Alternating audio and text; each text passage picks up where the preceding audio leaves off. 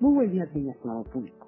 El día de hoy nos encontramos en una emisión más de su programa Los 60 Minutos de México, donde hablaremos de temas del derecho desde su origen y evolución, los principios rectores del derecho del trabajo, el campo laboral, la clasificación de los trabajadores, entre muchos más.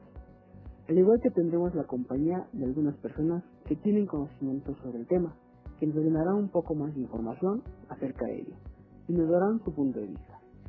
Nuestro propósito es que todos ustedes conozcan las características generales y específicas del derecho laboral, así como diferenciar los derechos, obligaciones de los trabajadores y las condiciones de trabajo. También conocer las características de las autoridades de trabajo y sus funciones, al igual que se tratarán los elementos generales y específicos del derecho laboral, como la definición que pretende servir el concepto de la materia, al mostrar sus elementos directos e indirectos. También se mostrará cómo varios movimientos han servido de inspiración para el nacimiento de la materia estructural en México, que por su propia naturaleza entrañaron revoluciones sociales, políticas y económicas, factores determinantes para la formulación normativa del derecho laboral, sin olvidar, por supuesto, el estudio evolutivo del derecho laboral en México, aunque tardío, importante a la hora de entender la vida del artículo 123 constitucional, que regula las condiciones de trabajo, y así les pueda servir como guía para profundizar en los contenidos de esta asignatura, que forma hoy en día los pilares de las luchas sociales y sindicales del mundo. Así que, comencemos. Hay algo que las personas no sabemos muy bien, y es de cómo surgió el derecho, cuándo y en qué forma. Así que hoy nos visita la señorita Diana, que nos hablará de un poco más sobre el tema. Hola, muy buen día. Bueno, para empezar, el ser humano durante las diversas épocas que ha pasado ha tenido que luchar de diversas formas para hacer valer los derechos que como individuos sabemos que le corresponden. El primer documento que tenemos y que es muy importante es el Código de Hammurabi. En este se reglamentaban algunos aspectos del trabajo, tales como el salario mínimo, aprendizaje, formas de ejecución de algunas labores, también las jornadas de los obreros dedicados a la elaboración de ladrillos, marineros, carpinteros, pastores también, entre otros. El trabajo dependiente aparece originalmente en los menesteres más rudos, pues era lógico, como ya sabemos, que el más fuerte se hiciera servir por los débiles. Ahí se puede decir que nace el derecho como tal. ¿Y cómo es que ha evolucionado en lo largo del tiempo? Bueno, primero hay que definir qué es el derecho laboral. Es el conjunto de normas jurídicas que se establecen en la relación entre los trabajadores y los empleadores.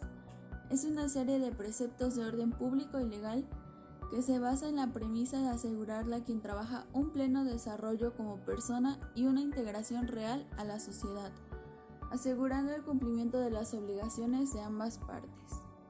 El derecho laboral nació a consecuencia de las necesidades de regular las relaciones entre el trabajador y el patrón. En el ámbito internacional destaca como antecedente fundamental la Revolución Industrial.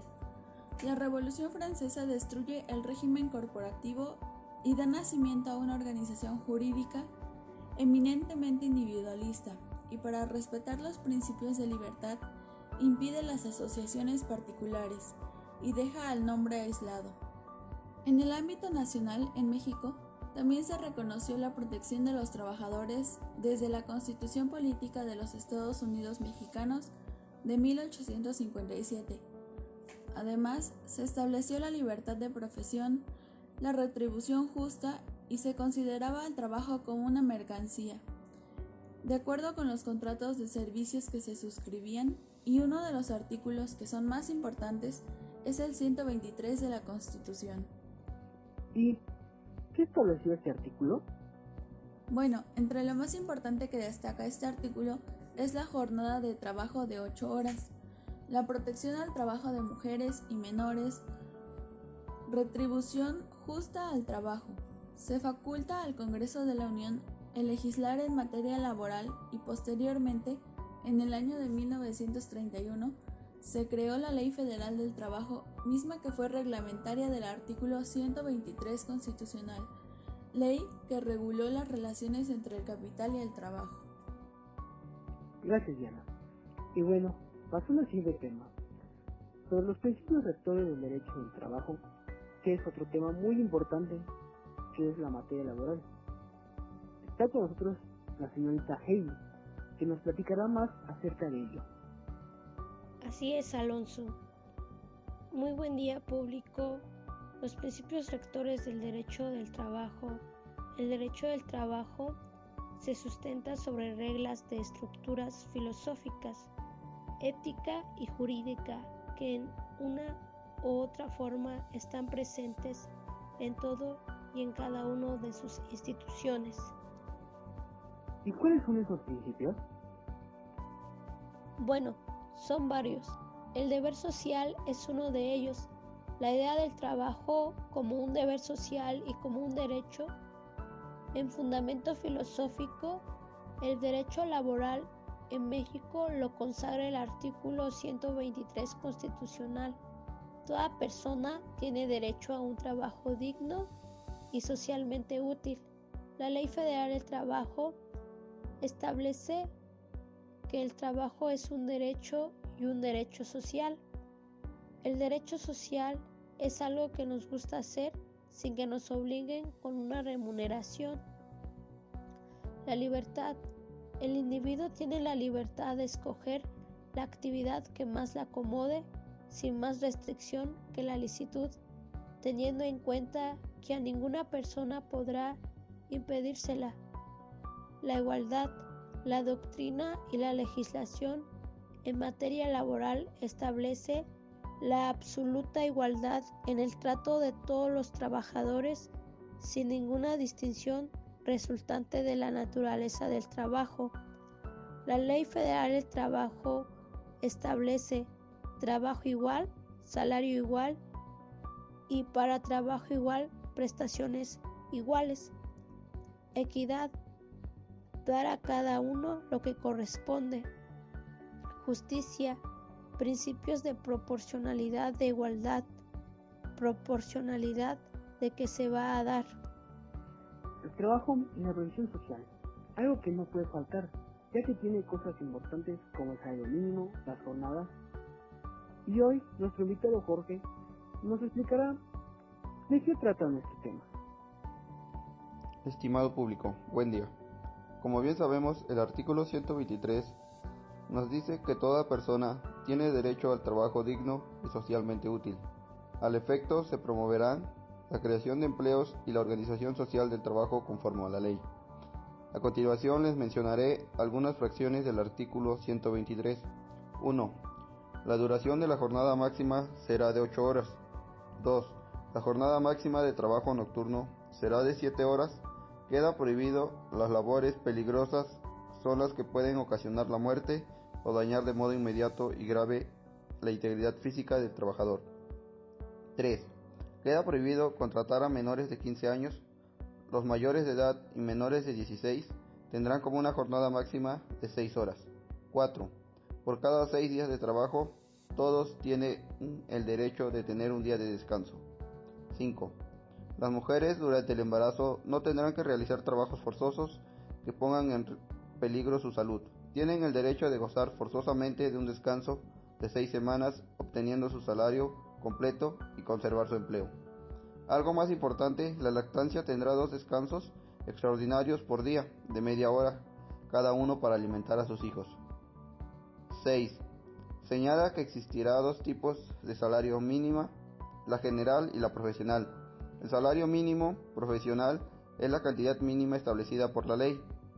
El salario mínimo general es la cantidad que recibe un trabajador por sus actividades laborales. 7. Para un trabajo igual debe corresponder un salario igual sin tener en cuenta sexo y nacionalidad. 8. El salario mínimo quedará exento de embargo, compensación o descuento. 9. Los trabajadores tendrán derecho a una participación en las utilidades de la empresa reguladas de conformidad. Bueno, pero en algunos casos o en algunos lugares del país, la ley no se lleva a cabo como tal, ya que pues la ley estipula las horas de trabajo y pues hay personas que hacen que los trabajadores excedan esas 8 horas de empleo. Un ejemplo sería mi municipio, San Francisco Chapulapa. Ahí algunos comerciantes que no cumplen con la ley porque tienen a menores de edad en dichos establecimientos laborando, así como también exceden el horario laboral. ¿Alguien puede decirme algunas normas?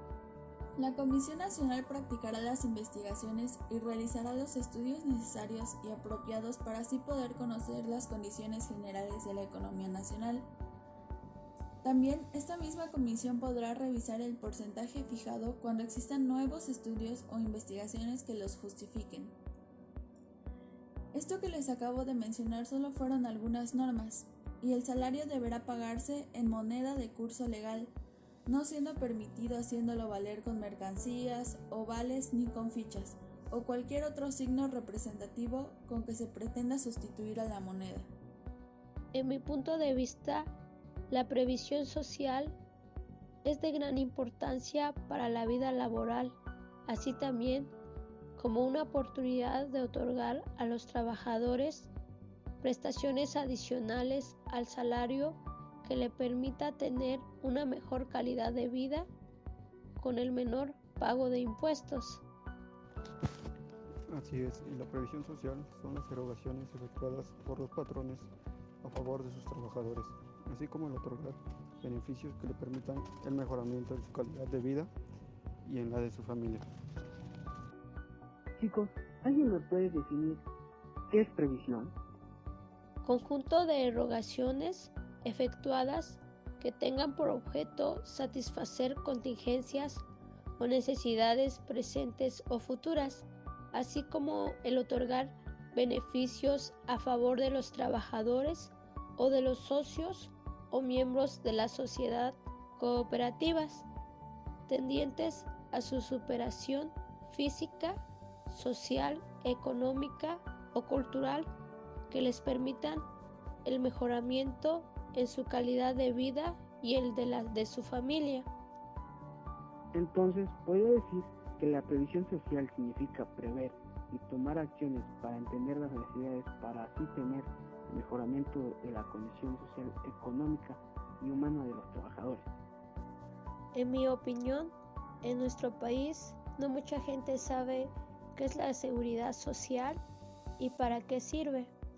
Muchas veces nos ven la cara y no se acatan a lo que dice la ley. Por ejemplo, mucha gente no sabe que puede obtener una ayuda para guarderías hasta que los hijos tengan 4 años, y eso es muy importante, ya que en nuestro país mujeres o hombres se quedan solos con sus hijos y no tienen el tiempo suficiente de trabajar y al mismo tiempo cuidarlos. Buen día a todos. Y sí, creo que tienes razón, Heidi. Es solo una cuestión de que nos eduquemos más y sepamos qué nos corresponde y a los derechos que tenemos.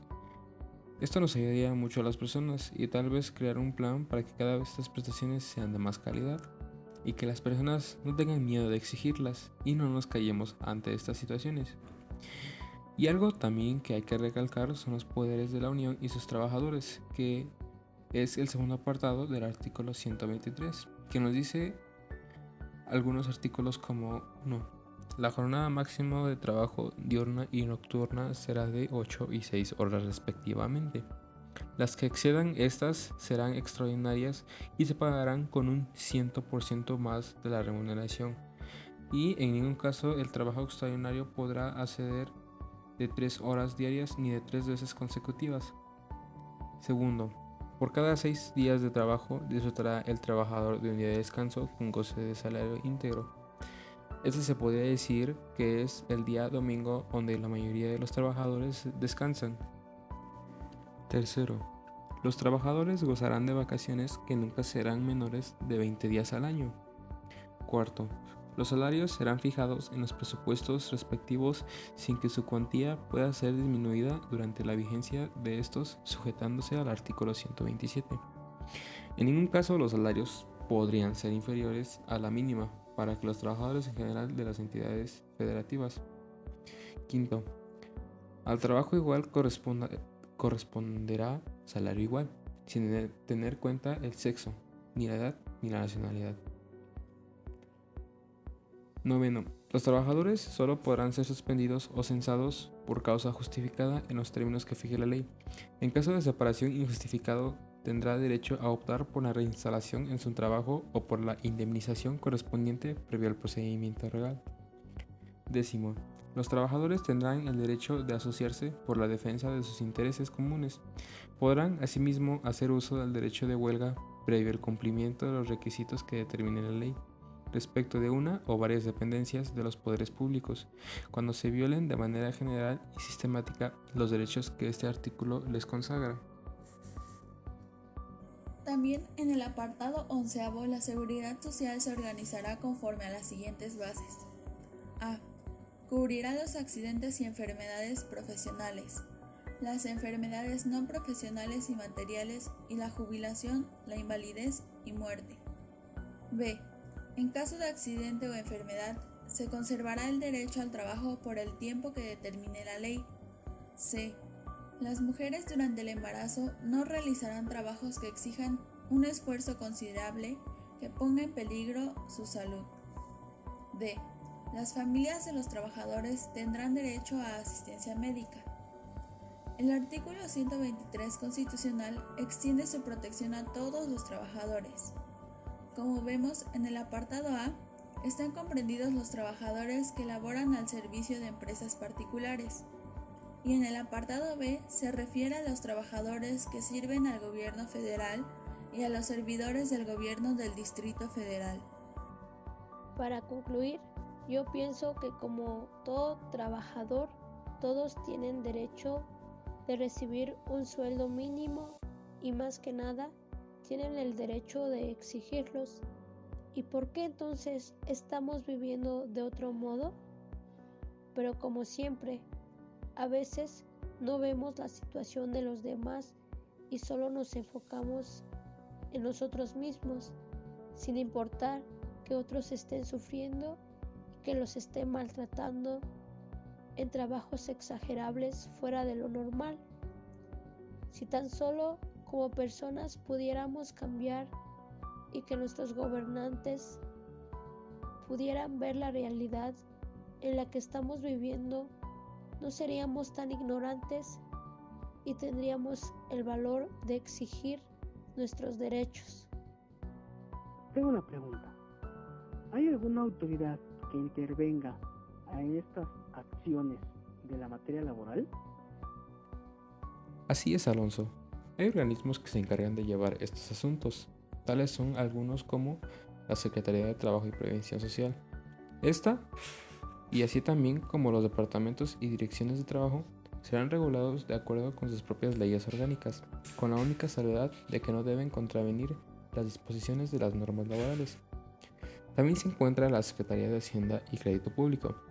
Esta dependencia solo actuará en los conflictos que se deriven de la participación de utilidades en las empresas, ya que es la única que conoce los movimientos fiscales del patrón. También se encuentra la Secretaría de Educación Pública. Esta secretaría es competente para conocer lo relativo en materia educativa, capacitación y adiestramiento de los trabajadores. La Procuraduría de la Defensa del Trabajo. Esta, principalmente sus funciones y directrices están contempladas en los artículos del 530 al 536 de la Ley Federal del Trabajo, ya que establece su forma de integración, así como los requisitos que deberá reunir la persona física que se postule para Procurador General. Entre sus funciones más importantes encontramos la de representar y asesorar a los trabajadores ante cualquier autoridad laboral, proponer soluciones armoniosas para solucionar sus conflictos y levantar actas de los acuerdos para que quede constancia de su actuación, estando autorizada para imponer multas a los patrones que no cumplan con la ley. También hay otras dependencias descentralizadas encargadas de la regulación laboral.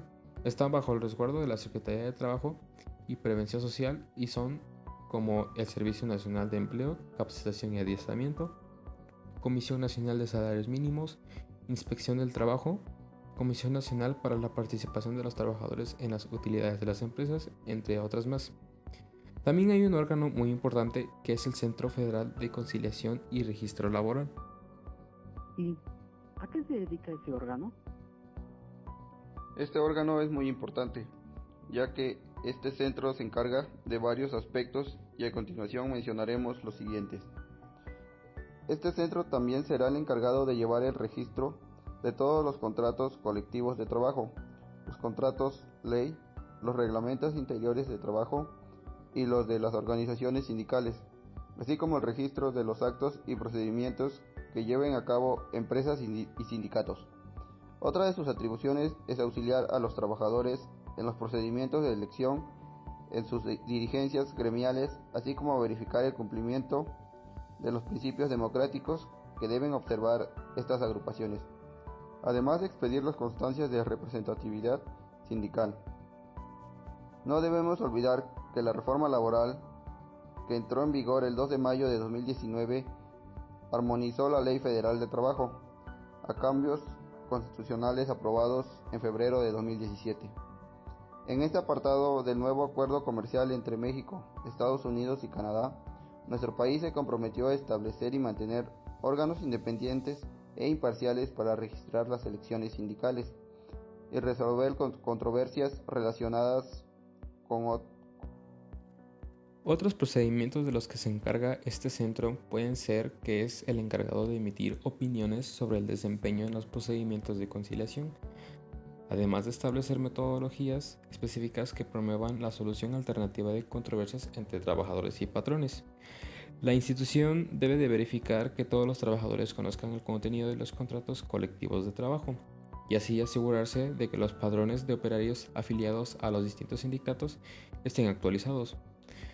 Para hacer efectiva la transparencia gremial, deberá publicar la información de los sindicatos y brindar a todo aquel que lo solicite copias de los documentos de los gremios registrados. Pero también tienen riesgos y beneficios, tal y como están planteadas formalmente tanto la reforma laboral en su conjunto como la Ley Orgánica del Centro Federal de Conciliación y Registro Laboral. Los trabajadores en México podrán contar con una mejor alternativa para resolver los conflictos que se generen con las empresas y patrones antes de acudir a los tribunales. El problema, como suele suceder en nuestro país, es la forma en la que estos cambios legislativos serán implementados, sobre todo si consideramos que en este centro se está creando para eliminar la corrupción e ineficiencia que actualmente se padecen en las juntas federales de conciliación y arbitraje. De nada servirá contar con las leyes e instituciones modernas si el personal que las implementará es el mismo que durante décadas ha laborado en estas juntas.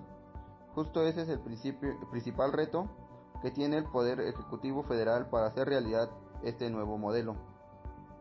Ahora que ya vimos los riesgos y beneficios, mencionaremos los conceptos de las partes fundamentales En la empresa, pues se relaciona a ambos, lo que es el trabajador y el patrón.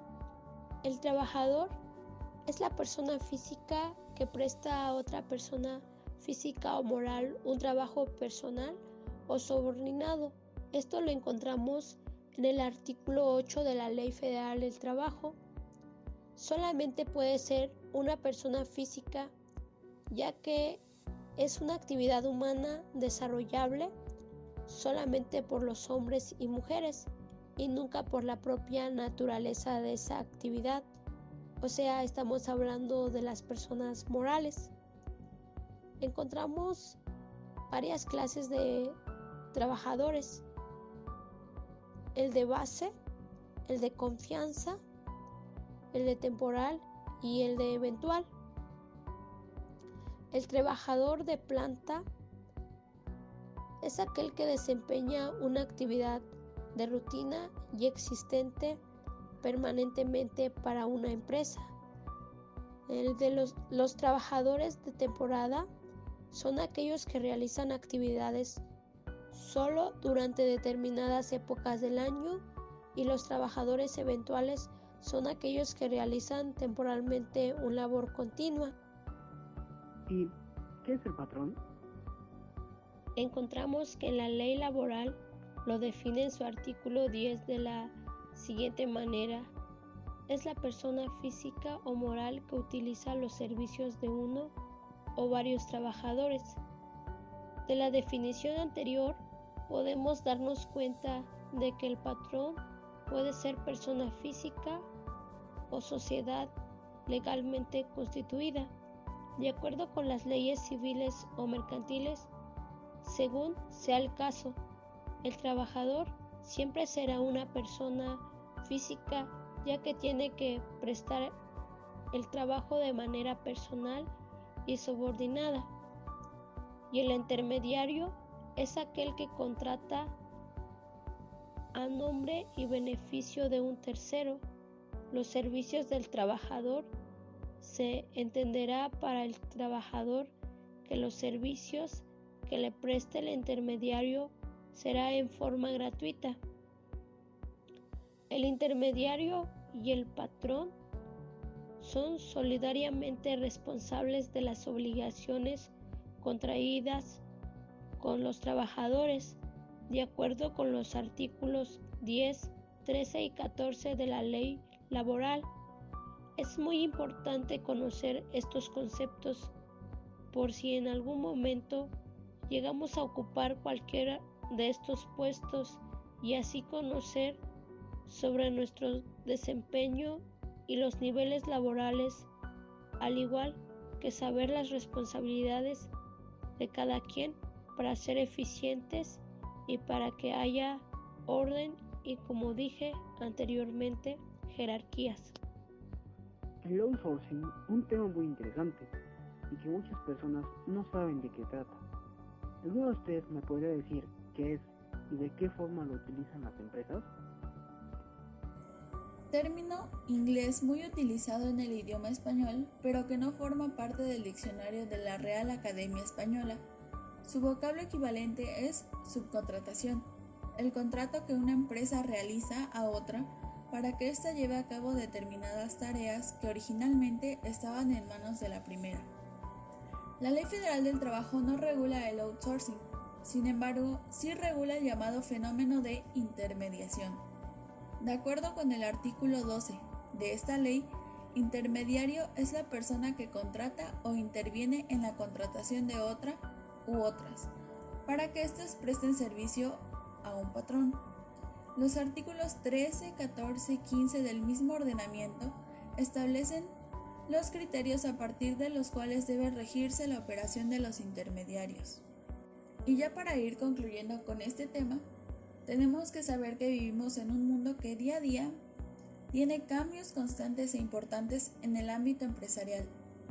Necesitamos aprovechar todas las oportunidades que se nos presenten de la mano con las nuevas tecnologías, ya que es bien sabido que ahora no basta con tener un título, sino tenemos que prepararnos más y más, tener maestrías, doctorados, es decir, actualizarnos constantemente. Para poder hacer estos cambios en nuestro medio, las empresas necesitan estar preparadas, innovar, tener capacidad de responder a los cambios y buscar nuevas soluciones. El outsourcing me parece que es uno de los tantos medios por los cuales la empresa puede tener mejor competencia en el mercado. Para que no se nos olvide este término, hay que hacer una retroalimentación de lo que este significa. Los proveedores externos representan un valioso instrumento para el crecimiento de una compañía y para la conservación de su posición competitiva. Permiten a una empresa concentrarse en sus aptitudes y delegar a compañías externas la realización de actividades para las que éstas son especialmente aptas. Esta es una definición de Cons y Weyrich del 2002. Bueno, sabiendo esto, entendemos que lo que se quiere lograr es hacer más eficientes los procesos de cada empresa, al igual que brindar un mejor servicio al cliente y planear nuevas estrategias. Para esto, la empresa tiene que tener en claro los objetivos que desea alcanzar, la misión que quiere lograr para ver qué tipo de acciones se pueden implementar. A lo mejor para otras personas no les parece lo suficientemente bueno al aplicar el outsourcing, pero a opinión propia se me hace una herramienta muy buena y muy útil que hay que saber aprovechar. ¿Y qué debe de cumplir el patrón hacia los trabajadores? Bueno, las obligaciones que tiene hacia ellos son varias, y algunas pueden ser como las habitaciones para los trabajadores, que es obligación de los patrones proporcionar habitaciones o casas a los trabajadores, y esto va referido a toda empresa agrícola, industrial, minera, entre otras. El Infonavit tendrá por objeto crear sistemas de financiamiento que permitan a los trabajadores obtener crédito suficiente para obtener una habitación. También todo trabajador tiene el derecho que su patrón le proporcione capacitación o adiestramiento en su trabajo, que le permita elevar su nivel de vida y productividad conforme a los planes y programas formulados de común acuerdo por el patrón y el sindicato o sus trabajadores, y aprobados por la Secretaría de Trabajo y Previsión. Y también estarán obligados a preferir en igualdad de circunstancias a los trabajadores mexicanos respecto de quienes no lo sean, a quienes les hayan servido satisfactoriamente por mayor tiempo, a quienes no han tenido ninguna otra fuente de ingreso económico, tengan a cargo una familia, y a los sindicalizados respecto a quienes no lo estén. ¿Y las mujeres tienen alguna preferencia o alguna ley que las ayude? Bueno, las mujeres disfrutan de los mismos derechos y tienen las mismas obligaciones que los hombres. Cuando se ponga en peligro la salud de la mujer o la del producto, ya sea durante el estado de gestación o el de lactancia, y sin que sufra perjuicio en su salario, prestaciones y derechos, no se podrá utilizar su trabajo en labores insalubres o peligrosas, trabajo nocturno industrial, en establecimientos comerciales o de servicio, después de dar las 10 de la noche, así como en horas extraordinarias. ¿Y qué hay sobre los menores de edad? Ya que hay muchas empresas que tienen a menores de edad trabajando. ¿Qué pasa con ellos? Los mayores de 15 y menores de 18 años deberán obtener un certificado médico que acredite su aptitud para el trabajo y someterse a los exámenes médicos que periódicamente ordenen las autoridades laborales correspondientes. Sin estos requisitos, ningún patrón podrá utilizar sus servicios, porque esto se establece en el artículo 182 a 186 de la Ley Federal del Trabajo. Ok, chicos, en el derecho laboral es necesario tener bases sólidas acerca de los conceptos, términos y artículos que influyen en la materia. Es determinante comprender las partes que conforman la relación laboral, patrón-trabajador, asimismo como comprender que cada parte cuenta con sus respectivas obligaciones y derechos otorgados por la ley. La relación de trabajo puede cesar en cualquier momento, ya sea con responsabilidad para el patrón, es decir, un despido injustificado, o con responsabilidad para el trabajador, como despido justificado.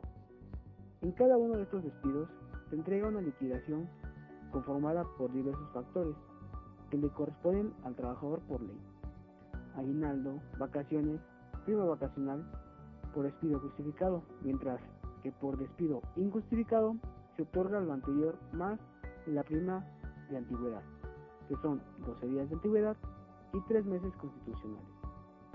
En caso de que no se cumpla la ley y no se le entregue su finiquito correspondiente, el trabajador puede acudir a las autoridades laborales incluidas en el artículo 523. Es importante hacer hincapié que lo más importante al inicio de la relación laboral es la capacitación que se le debe brindar al trabajador. Estos son todos los conocimientos teóricos prácticos que el trabajador obtiene para llevar a cabo su trabajo satisfactoriamente. De igual forma, podemos conocer que la Ley Federal del Trabajo tiene capítulos donde se establecen lineamientos específicos para las mujeres, que tienen como propósito fundamental la protección de la maternidad, el trabajo de menores, que abarca desde los 14 años. En este capítulo se establecen dos tipos de trabajos: lugares y jornadas, en que un menor puede tener. También comprendimos que se le debe de brindar a todo trabajador el crédito que merece en cualquier inversión la cual desarrolle o sea parte de ella, mientras labora en la empresa. Finalmente, consideramos que para poder comprender el derecho laboral completamente es necesario conocer los conceptos básicos que marca la ley, saber interpretar los artículos y poder llevarlos a cabo a un concepto actual en la vida, como los futuros administradores que serán. Bueno, con esto me despido. Gracias, chicos, por su participación Hasta la próxima emisión de su canal favorito, Los 60 Minutos de México.